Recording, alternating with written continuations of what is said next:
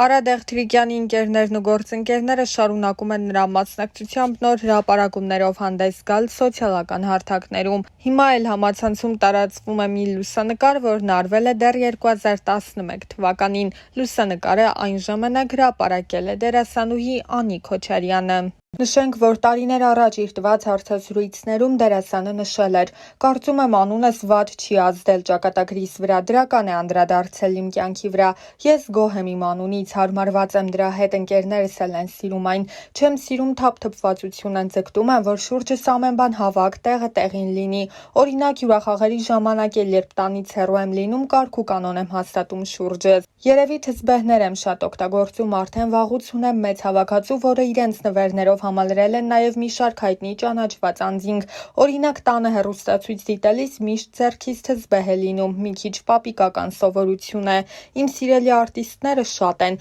Օրինակ միշտ հիացած եմ եղել Ավետ Ավետիսյանով, նա մեծագույն հոյակապ դերասան է։ Ինձ համար շատ սիրելի են Խորեն Աբրահամյանը, Մհեր Մկրտչյանը, արտասահմանցիներից Ալ Պաչինոն, Ջեք Նիկոլսոնը։ Ես միշտ սիրով շեշտել եմ, որ իմ ստեղծագործական կյանքում մեծ դերակատարություն է ունեցել առաջին ուսուցիչս երջանկահիշատակ բեմադրիչ Զավեն Տատինցյանը։ Նրանից գիտելիքների և փորձի հսկայական պաշար եմ ստացել։ Կնոջս հետ հանդիպումը մեր դստեր ծնունդը իմ կյանքի ճակատագրական պահերից են։ Եթե մարդու ընտանիքը կայուն հիմքեր չի ունենում, դա ճակատագրական հարված է նրա համար։ Այդ առումով ես երջանիկ մարդ եմ, լավ ընտանիքը կյանքի մեծագույն պարգևն է։ Թերահավատ չեմ, մեկուսացում չեմ սիրում, նախընտրում եմ լինել ընկերական շրջապատում, շփվել հաճելի մարդկանց հետ, անհամբերել չեմ։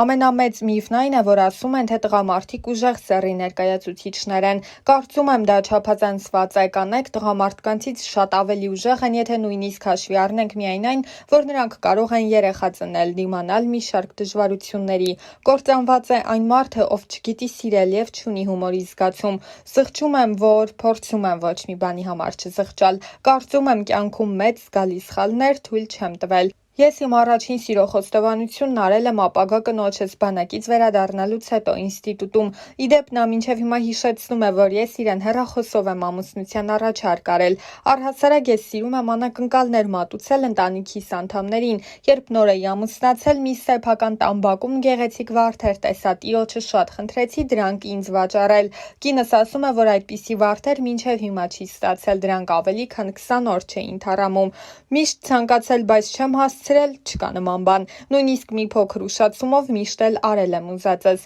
Իմ սիրելի նկարիչներն են Մոդիլյանին, Վան Գոգը, Մարտիրոս Սարյանը, Մինաս Ավետիսյանը։ Եթե կյանքից հետո կյանք կա, ապա ես ռեալ եմ նայում նման հարցերին, ապրում եմ այս պահով, բայց եթե նման բան կա, ապա կցանկանայի, որ այդ կյանքն էլ հետաքրքիր լիներ։ Գաղտնիք չէ, որ Արա Դեղթրիկյանի կինը Կարինե Աճեմյանը քաղաքական գործիչ է, դեռ տարիներ առաջ խոսելով այդ թեմայի մասին դերասանն ընդգծել էր. «Իմ կինը քաղաքական մեծ ճանապարհ է անցել, այնպես չէ, որ մյուս նորաթուխ պատգամավորների նման է։ Ես կարծում եմ այդ աշխատանքը գնահատվել է և նա իր արժանի տեղն է զբաղեցրել Հանրապետական կուսակցության համամասնական ցուցակում։ Երբ դեռ մի քանի տարի առաջ կինս որոշեց անդամագրվել ՀՀԿ-ին, մեզ մոտ ոչ մի խնդիր չառաջացավ։ Ես ինքս անկուսակցական եմ, քանի որ կարծում եմ դերասանը պետք է ազատ լինի, բայց սատարելու եմ իմ կնոջը»։ Առաջին լրատվականի այն հարցին, թե դժվար չէ արդյոք դերասան լինելով հանդերձ լինել նաև պատգամավորի ամուսին, նա պատասխանել էր. «Պատգամավորի ամուսին լինելը դժվար չէ։ Իհարկե լինում են ինչ-ինչ հարցեր, որոնց շուրջ մենք տարբեր տեսակետներ ենք հայտնում, բայց երբեք վեճեր կամ խնդիրներ չեն առաջացել։ Մեր աղջիկը ևս այս հարցին նորմալ է վերաբերում։ Ես կցանկանայի, որ քաղաքականությամբ զբաղվող մարդիկ անցնեն քաղաքական ճանապարհ։ Եթե մարդկանց թվում է, որ ԱԺ-ում հայտնվելը միայն կոճակ սեղմելն է, շատ են սխալվում»։ Դեռ 2015 թվականին, երբ ցուցարարները փակել էին Բաղրամյան պողոտան, դերասանն ընդգծել էր. «Ձեր ասած շոու բիզնեսի ներկայացուցիչներն իմ համար այնքան էլ ներկայացուցիչներ չեն։ Ես երեկոյան տանից դուրս եմ գալիս, նայում եմ, տեսնում եմ, շփվում մարդկանց հետ։ Իհարկե լավ չէ, որ հոսանքը թանկանում է, հատկապես սոցիալապես անապահով խավի համար։ Նորմալ է, որ մարդիկ իրենց խոսքը բարձրացնում են, բայց դա պետք է լինի նորմալ, առանց օրենքի խախտման, միջադեպերի։ Չեմ կարծում դա է պատճառը, որ ոստիկանությունը ինչ-որ քայլերի չի գնում, ուղղակի նրանք են ուզում մասնակից դառնալ։ Ինչքան որ հեռուստացույցով ես տեսա, մեր ոստիկանները բավական երկար ժամանակ համոզում էին,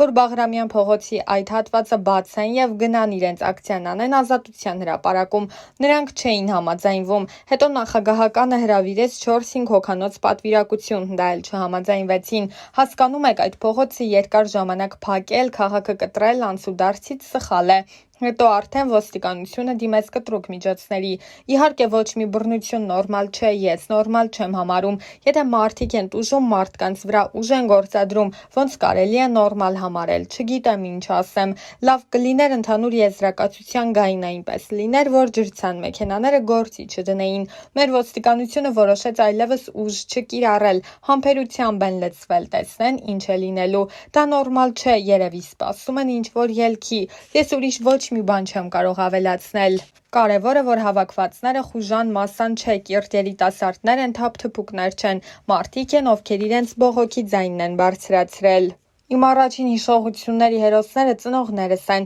անհնար է անտարբեր անցնել մարդկանց կողքով, որոնք առհասարակ անտարբերությունը լավ բան չէ։ Մարդկանց պետք է վերաբերվել այնպես, ինչպես թելադրում է սիրտդ, միշտ պետք է լինել ազնիվ, պարկեշտ, երևի հնացած բաներ եմ ասում, սրանք կարևորագույն որակներ են, որոնցով մարդ պետք է առաջնորդվի։ Այն ամենը, ինչին հասել եմ իմ աշխատասիրության, նվիրվածության, երևի ինձ տրված շնորհի շնորհիվ է։ Մասնագիտական առումով միշտ փորձել եմ հղկվել, հասնել պրոֆեսիոնալ բարձր մակարդակի։ Պետք չէ հավատալ մարդկանց, որոնք գիտակից adekvat չեն։ Այն մարդկանց կարծիքն եմ հաշվի առնում, որոնց մարդկային տեսակը բարձր եմ համարում։ Չգիտեմ, դա պետք է մտերիմներիս հարցնել, թե արդյոք ունեմ բնավորության մի գիծ, որի համար մտերիմները միշտ ինձ մեղադրում են։ Իմ համառությունը կարող է հաղթել, բայց ճիշտն ասած ես այդքան էլ համառ չեմ։ Տարօրինակ սովորություններ առանձնապես չունեմ։ Հստակ չեմ կողմնորոշվում, բայց հաստատ ինձ մի բարի մուլտհերոսի եմ նմանացնում։ Ես ոչ մի բանից կախում չունեմ։ Միշտ հնարավոր է լինել սիրահարված։ Ես արդեն 33 տարի է սիրահարված եմ,